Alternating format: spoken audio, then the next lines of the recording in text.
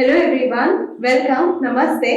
My name is Devika, I'm a psychologist at Ananda, and today we are in conversation with Mrs. Smita Dongre. Hello. Let me tell you a little about her.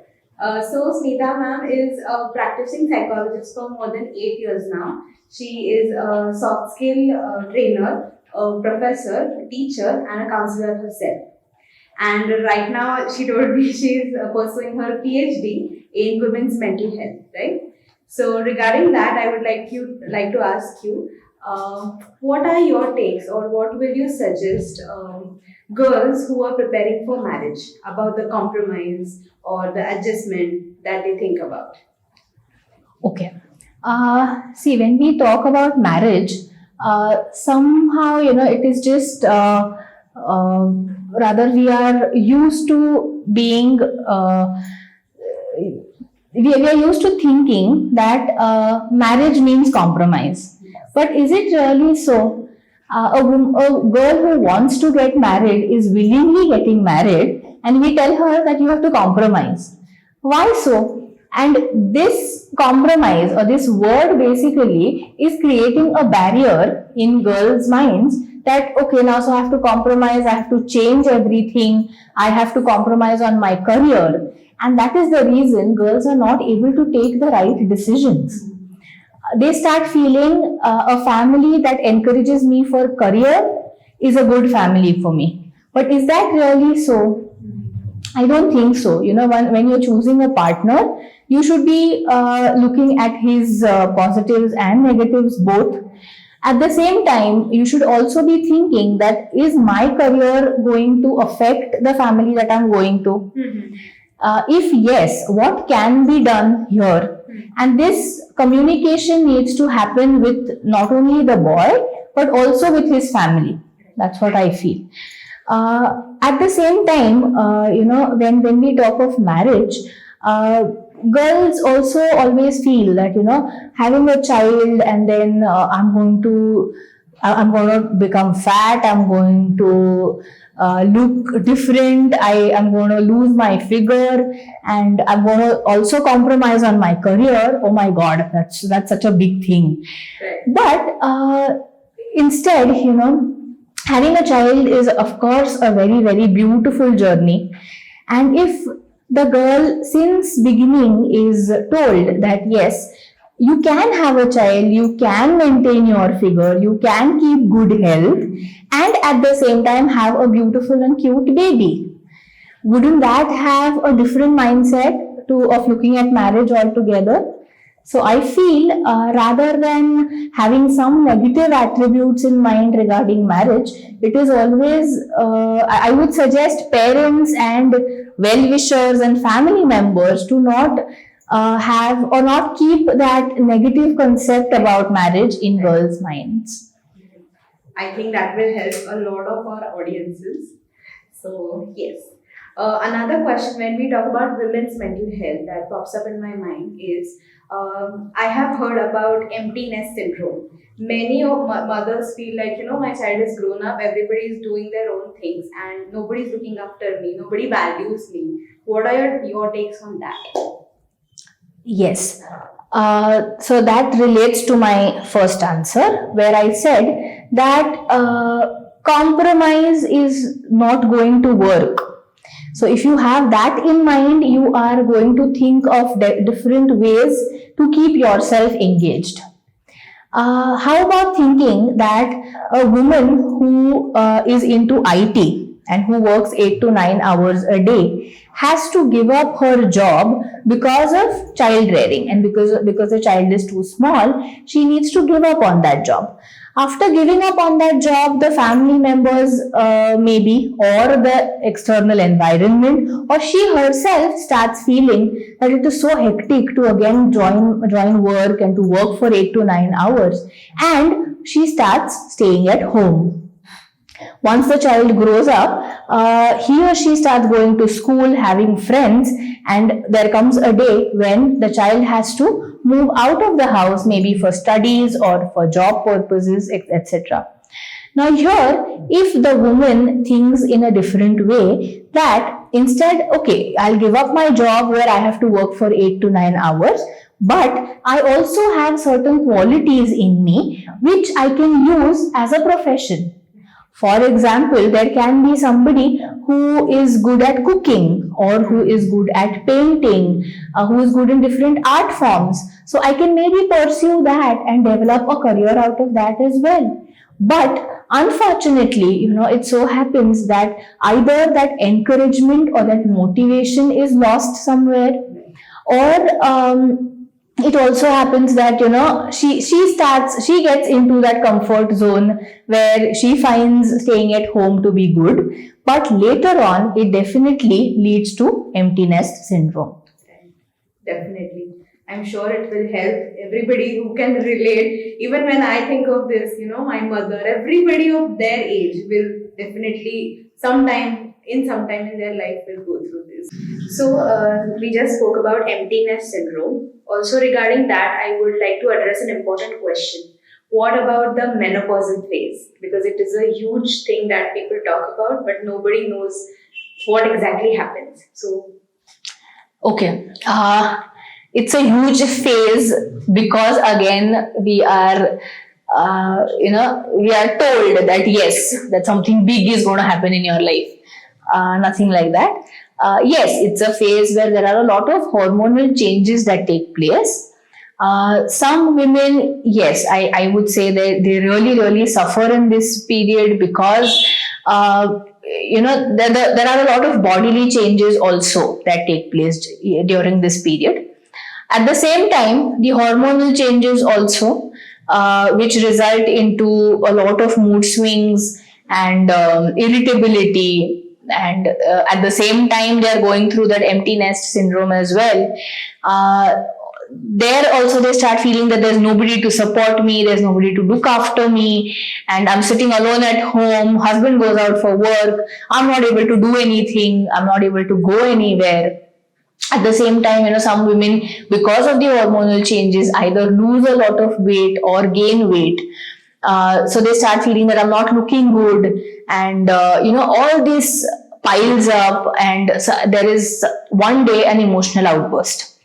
Now this, of course, is a phase because it lasts for 2 years, 5 years, sometimes 6 to 7 years also for women. And so adjusting to all of that becomes a bit difficult for her.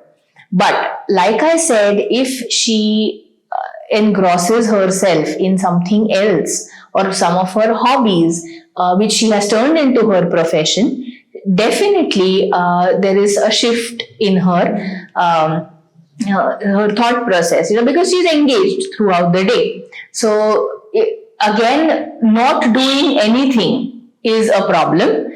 And so I always encourage women that instead of totally giving up on your career, try and do something which will help you to live a better life in future. What happens here is that once, for accepting that your kids have grown up and they can live an independent life is also very difficult, because all these years they've been dependent on you, and all of a sudden they have a new world outside, they have their set of friends, and they are beginning their new life. And so they do not realize that my mom is alone at home. And like I said, being at home again is somewhat taken for granted ki mama is at home, but that might affect you. But instead, if you have your set of work to do, if you have boundaries, if you have your targets to achieve, you will never feel that emptiness syndrome, or you will also not feel the bodily changes which are acting upon you. And so, rather than having a block in your mind about this phase, it is always better that you embrace it with a lot of knowingly and with reality. So that will help you cross this phase faster and without having any mental health issues relating to that. Definitely. Okay, since we are on the topic of mothers, in general, also I would like to ask. It is very important to set boundaries, like your previous answer. Setting boundaries and compromises are two different things, right? So, can you elaborate some more on that? Setting boundaries, saying no assertively. Right. See, when we talk of setting boundaries, I would say now this setting boundaries has two perspectives. Like what?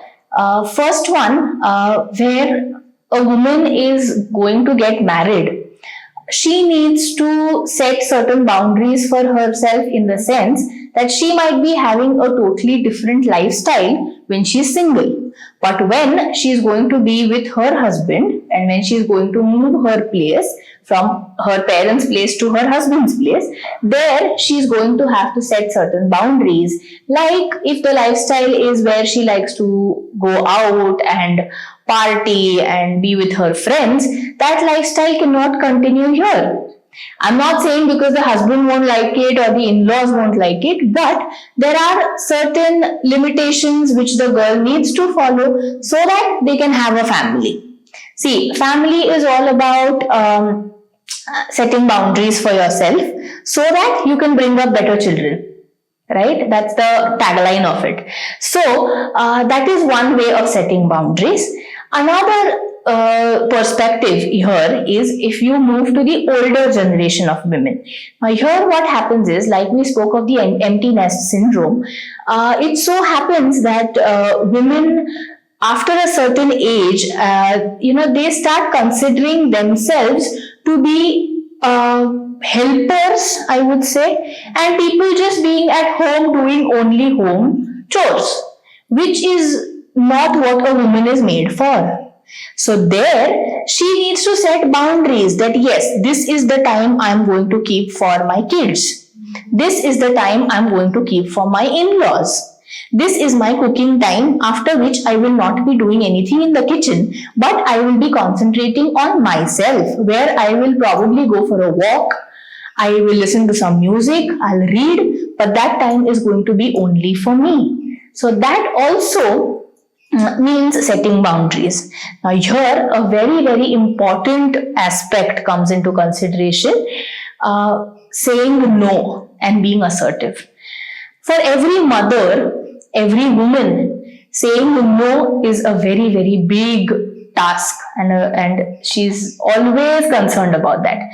Why? Husband asks me for something, I'll compromise on my time and I'll say yes to that. Kids need me, okay, yes, I again give up on something. In-laws need me, I need to rush here, I need to go and buy vegetables, I need to cook. Where is the time for yourself? So if the woman learns to say no somewhere, I won't say that she has to give up on everything, but she can set boundaries there. She can tell everybody at home that, see, I am available, say, 10 hours of the day. 1 hour I need for myself before day ends. And I'm going to say no. If you ask me in that stipulated time for anything, my answer is going to be a big no. And saying no again is going to help her mental health to begin her next day in a better place. Right. Perfect. It gave a lot of insight for me also as a person. I'm not like a married woman or something, but it still helps generalize population also. Yes. Saying no and being assertive is very difficult. And so, saying it very softly and politely. Yes, exactly. Now that you're on that topic, when we talk about saying no, one more thing is very important: people pleasing. Like we said, we have to say it softly. Immediately it comes to my mind, I don't have to hurt him, I don't have to be rude to him.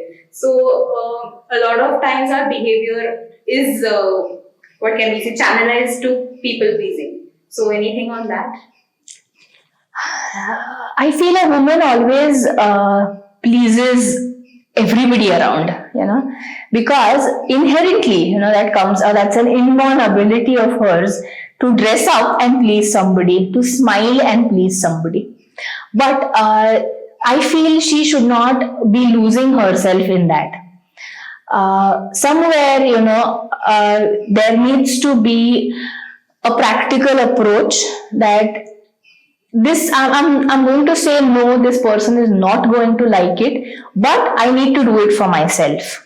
See, it all again circulates around thinking of yourself, which a woman actually inherently cannot, because we are brought up like that. See, we come from a culture where women are always there to please everybody through their cooking, through their looks, through their smile, everything.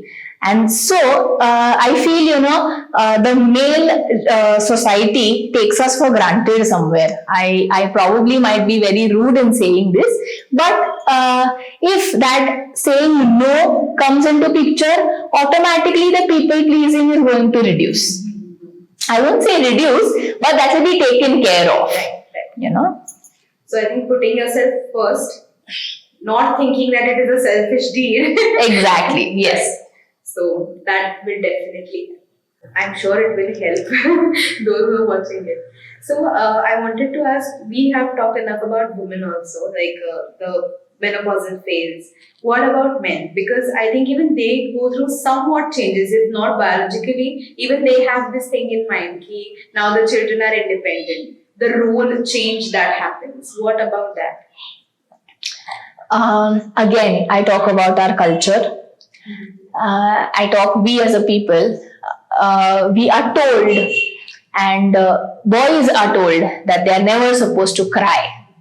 A girl can cry, she can sympathize, she can empathize, she can do everything and she can express, but a boy cannot. Now, here, this is a very, very important phase also for men, because kids getting married, kids moving out for education or for job purposes. It's obviously, the father is someone who's always out of the house for maximum period of time, but whom is he working for? He is working for his children. He is earning money for his children. So, of course, there is some emotional, or rather, I'll say there is a lot of emotional attachment with the kids. But unfortunately, the father is not able to express it. Here, what happens is the male person who's the dominant of all also has to stay back at home after retirement, and he starts feeling that, okay, I am worthless being home. And then the issues like I would say some diseases, common diseases like diabetes and blood pressure crop in, because of the thought process and because of the stress that I am going to be dependent on someone here on, where I have never been dependent. Now, I would say that rather than feeling worthless totally, for men also pursuing some hobby is extremely important. Unfortunately, because he works 24/7, I would say, it becomes impossible for him or her to pursue that. But some hobby, it could be music, it could be reading, it could be exercising, where he spends time and where he can convert that to a social gathering or spending time, say maybe 3 or 4 hours a day. Also, not keeping in mind that I am not supposed to be doing household works, where again we are taught not that men cannot do all this. It's not that they cannot, they should, I would say. I won't say that they should actually go and cook in the kitchen, but they can definitely engage themselves in a better way. That's what I feel. One more question I had in mind for you is a lot of time it is difficult to handle rejection. So rejection in love, rejection in academic interviews or professional interviews. After preparing everything and still I got rejected. That fear, that anxiety, it hampers your self confidence. Or even rejection in social settings as well. Some shortcoming, something keeps you away from the social group. So how to handle rejection? Okay. When we talk of the word rejection, what do we exactly mean?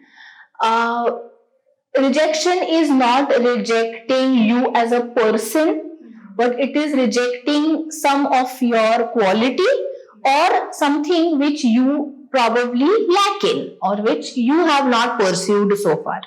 So I feel people who feel I am rejected means I am worthless totally. That should not be the case, because rejection, he's not rejecting you as a person, right? That you might be very good, you might be very supportive, very sensitive, but for that role you are not suitable.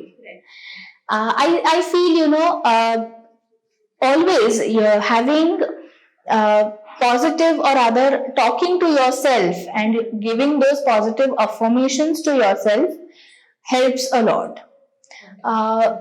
This would help everywhere. See, in case of relationships, when a person faces rejection, the person is hurt more than feeling rejected in a job. Why? Okay, there is a logic behind it. In a job, you apply for the job and you get rejected, which is a very practical process. In love, that does not happen. You might be liking that individual and he rejects you. Right. So now here what happens is, two individuals cannot be the same, and you can't be fulfilling everybody's needs, right? And hence, if that individual rejects you, I feel somewhere it is good in a way, or rather you should take it positively, because if you cannot fulfill the person's needs and you cannot reach his expectations, what is the point in being in that relationship? See, relationship is always two-sided. There are two individuals involved in it. There are two minds involved in it. And if one person is constantly approaching you in a very negative way, probably it could be criticizing you, it could be keeping names, it could be, constantly taunting you for something, because you are not fulfilling his or her needs, there is no point in being in that relationship. Later on, it could lead to things like him or her cheating on you, which is the worst part of rejection ever that you can go through. I feel, if an individual thinks that me as an individual is good for myself and I can live a better life without feeling rejected, and with me working or being to my optimum, probably that individual will be the happiest ever and will never feel that he is rejected.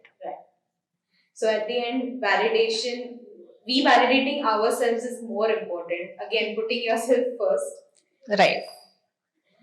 So I think that's it. And thank you for your time. And definitely Thank you so we much. and the audience have some very important insights, enlightenment that we had with you. Thank you. Thank you. Thank you.